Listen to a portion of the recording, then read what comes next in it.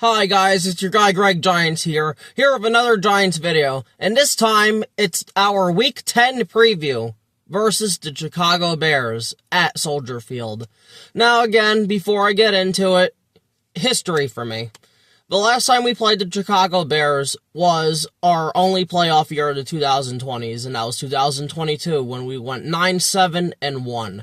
Now, before we played them in this game, it seemed like we played this Bears team every single year, so I did some digging, and I looked it up. We played the Chicago Bears 5 straight years before that 22 matchup, well, including the 22 matchup. We played them in 2018, 19, 20, 21, and then 2022.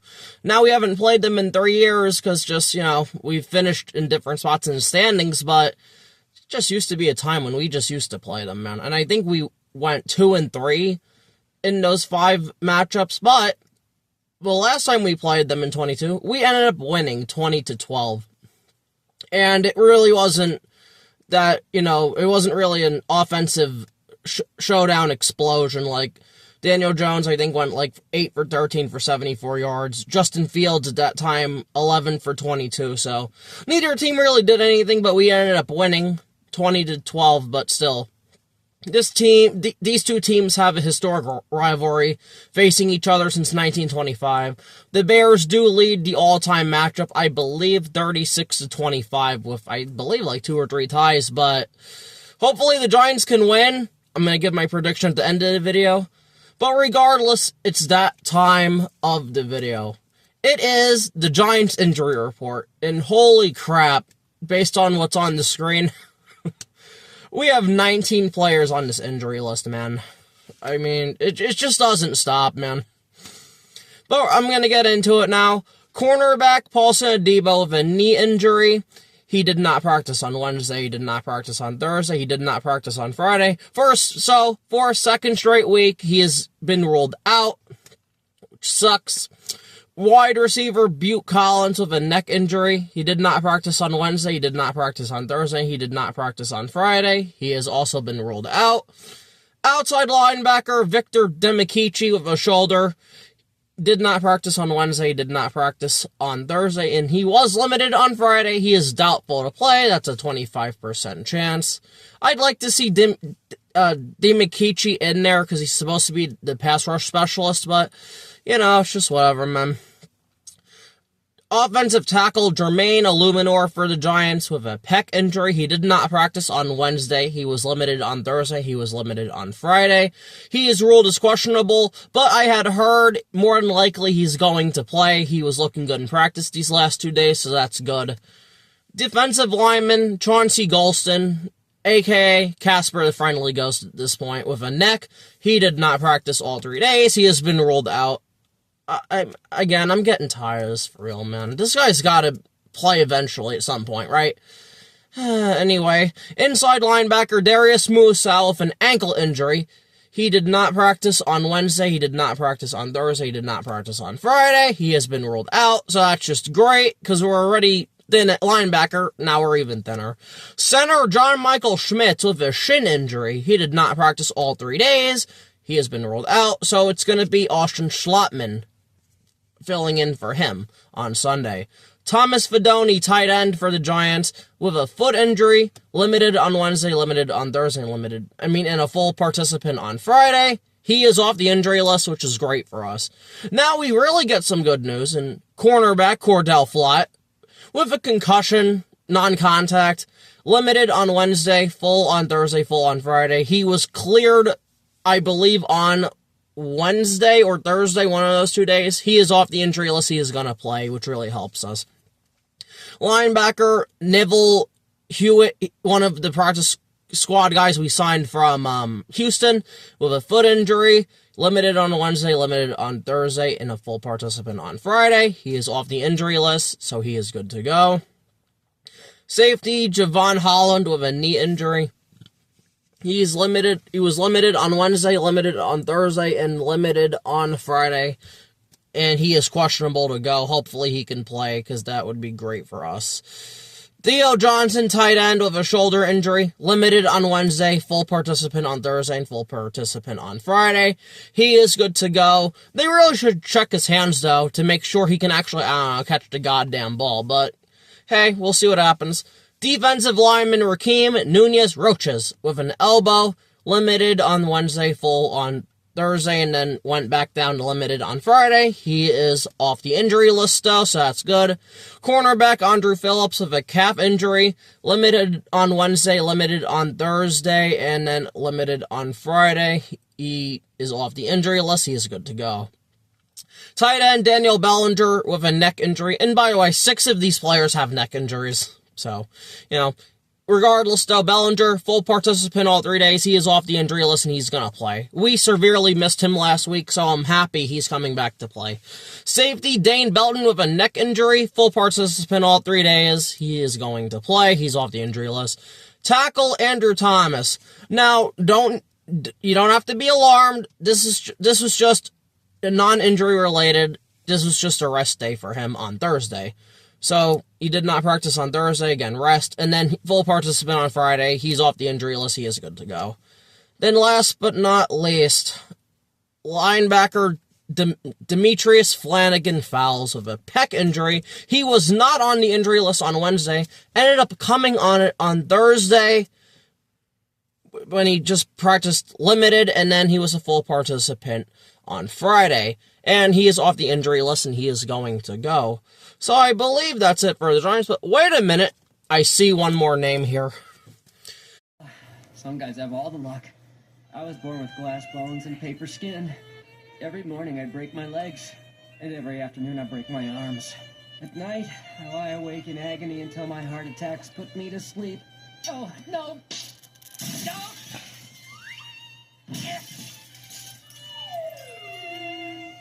Graham Gano is back on the injury list again with a neck injury. He did not practice on Wednesday, he did not practice on Thursday, he did not practice on Friday. He has been ruled out, so Younghoe Koo is going to make his Giants debut. Like, come on, Graham, are you absolutely kidding me for real, man? I'm like, how many more times are you going to get hurt for real, man? Like, just god damn it, man. I can't with Gano, man. Like, at this point, I throw my hands up in there, man. These Giant fans are absolutely right. We need to replace Graham, man. This is now the third injury in 9 or 10 games. Like, I mean, like, come on, man. I love Graham to death, but just damn, man. Motherfucker, man. Oh, Lord. Now, moving on to the Bears injury report. They have a bunch of guys on here too, but I'm going to only name the 5 that have questionable or out. The rest of them are off the injury list. And we're going to start with defensive back Josh Blackwell. He had a concussion. He did not practice all 3 days. He is out. Linebacker TJ Edwards, that's a big one. With a hand/hamstring injury, he did not practice all 3 days. He is out. Defensive lineman Dominique Robinson with an ankle. He did not practice all 3 days. He has been ruled out. Running back DeAndre Swift with a groin injury. Limited on Wednesday, full on Thursday, and then he did not practice on Friday. Now, I heard it was because it was personal. He is questionable to go. More than likely, he is going to play. But it would be nice if he didn't, though, because our run defense is some shit. But still... So, that's that there. And then last but not least, tight end Durham Smythe, I believe his name is, with a calf. Was not on the injury list on Wednesday or Thursday. He was limited on Friday, and he is questionable to go. I'm going to guess he goes, though, because that's usually just the way this goes for us. But now, it's time for my favorite segment of these previews, and that is the top 3 ways our New York Giants can win on offense and defense. Now, I'm going to mix it up a bit, because usually I start with the offense. I'm going to start with the defense this time. And the first thing on defense we need to do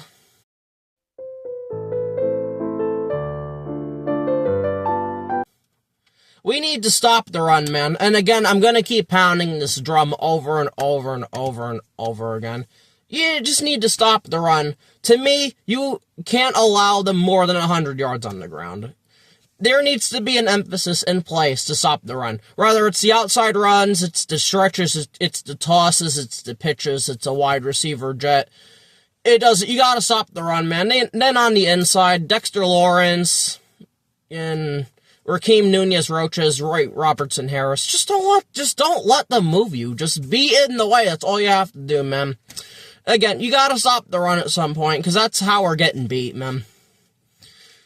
The offense can put up points all at once. If you guys are giving up touchdown after touchdown after touchdown, then you want to make like 1 or 2 stops later in the game when it doesn't matter. That's not really helping us now, is it? Like, honestly, defense, get your shit together. But especially the run defense, man. Like, it's really, really bad. The second way for the Giants defense to beat the Chicago Bears...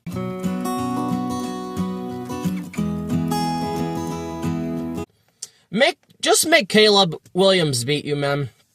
I loved Caleb Williams coming out to 2024 draft. He was my number 1 ranked quarterback and player in that draft. He was just so good, man.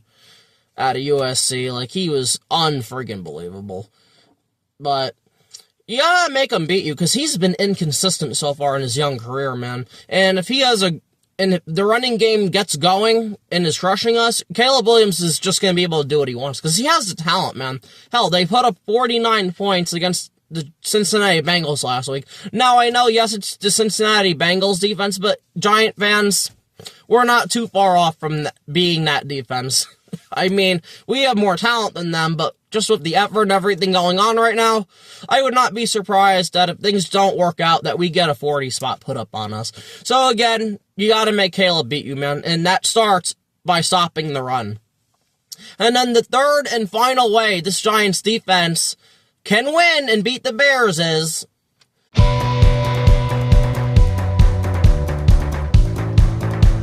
the pass rush just needs to do its job, man. Just plain and simple as that. This Bears offensive line has not been good all year long, man. And it's going to start with Kayvon, Abdul-Carter, Brian Burns. Brian Burns, I'm not worried about. He'll probably have a sack or 2 in this game. But I need Kayvon and Abdul-Carter to especially step up. More Kayvon than anybody, because Abdul-Carter, he does get holding penalties occasionally. He does get pressures. He does make an impact. It just doesn't show up on the stat sheet. Kayvon, on the other hand, I need Kayvon to have a game, man. Prove that maybe you could be somewhat as good as Aiden Hutchinson is, because that's what we need. This pass rush just needs to hit Caleb all day. All day, and it'll just disrupt everything else they can do, man. Like, that's what we need to do, so... regardless, though, now I'm going to move to the offensive side of the ball. It feels nice doing it a bit different this week. But the number 1 way this Giants offense can beat the Chicago Bears...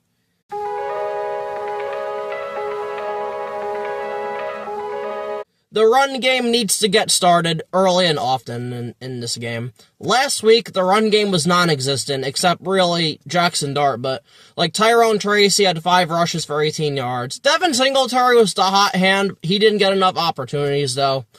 But I don't care who it is, man. Jackson Dart needs some help, and it's going to start with the running game. Whether you run duo, you just do whatever. Get this running game going, man. A great running game is a rookie quarterback, and just a quarterback's best friend in general, man. We need help, man. Like, Jackson Dart needs any little bit of help he can get. And as being able to establish that running game will open up so much. It'll open up play action. It'll make the defenders move all up in the box. We can bomb them deep maybe with Slayton.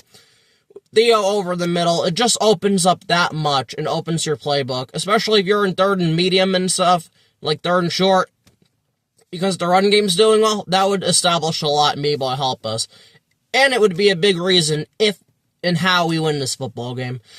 Anyway, the second way this Giants offense can beat the Chicago Bears...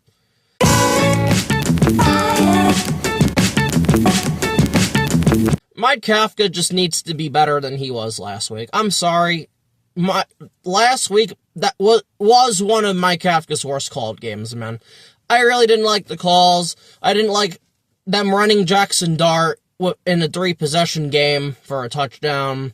Some of the passing concepts were bad. The running game wasn't good. It's just like, I need Mike Kafka to do better, man. This Bears defense is very inconsistent. To be honest, with this Bears defense, they just got a lot of takeaways. That's about it.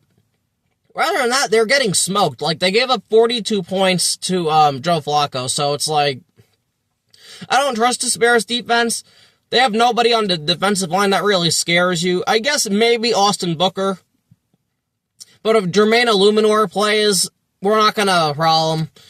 But regardless, you should be able to just beat this Bears defense to death, man. We should score, like, I'd say 24 to 32 points in this game, just based on their defense alone, man. No matter how inconsistent our wide receivers or running backs may be, we have Jackson Dart, so we can do that. And then for the third and final reason that this Giants offense can beat the Chicago Bears,